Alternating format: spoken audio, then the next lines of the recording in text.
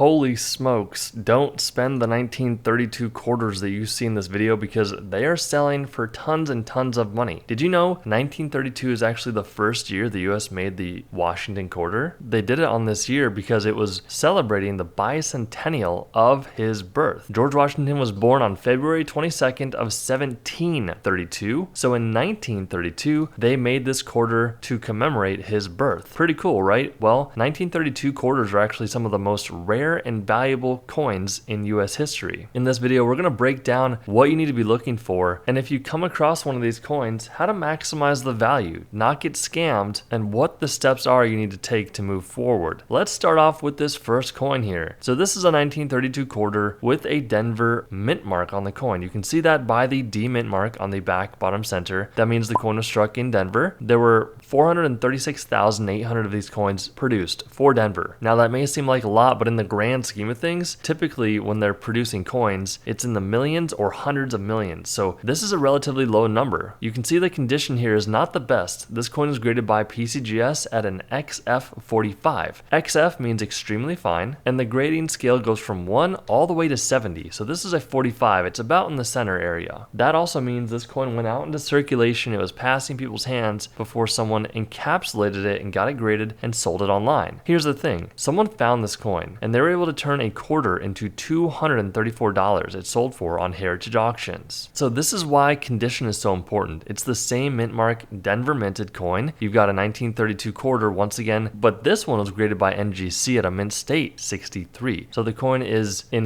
nearly flawless condition. It is in mint state. That means it never went out into circulation. It probably went into a collection or it was in a coin roll for quite some time before someone took it out. But understand that 63 is still a lower grade on the mint state scale. A lot of the time we like to think of the mid grade as a 64 to a 66. You're going to get really high values the higher the grade you go. This one sold for $1,260. Here's another Denver minted quarter, except this one sold for $6,900. So again, this is the third example I've showed you. Same exact type of coin, except the grade is better. This is why grading your coin is so important, and also it's very important to handle your coins properly. Now if you want, I made a complete guide on how to handle your coins along with a bunch more information. You can get your completely free coin and currency ebook down below. If you have not done so already, click on the link below because you don't want to be mishandling your coins and devaluing them. But onto this coin, there's a few things I want to talk about. First of all, the grade is a 65, so that's only 2 points higher than the previous coin, and you can see the value there is huge. There's a big spread in the value because this coin sold for $6,900. Now you may be asking yourself, what is all this brown stuff on the coin? That's called toning, and it happens when the air will oxidize with the metals in the coin, causing a chemical reaction that changes the color of the coin. Now that can be a good thing or a bad thing depending on the people collecting the coin, if they think it's a desirable look to the coin. Long story short, it does not affect the grade. If anything, it increases the value of the coin. So because this coin got the 65 grade, it sold for $6,900. Now I'm telling you right now, if the coin would have graded a 66, it probably would have sold closer to $8,000 to $9,000. A 67 would have easily brought $12,000 plus for this coin. All right, 1932. This is an S mint marked coin that's entered the San Francisco Mint. There was a mintage of 408,000 of San Francisco minted coins for the Washington quarter in 1932. This is an AU53 graded coin. That means about uncirculated, so you can see the condition is not the best. It is getting close to the mint state grade, but it's not quite there. That is why this coin sold for $180. So going up in condition, this got the 62 grade. You can see a clear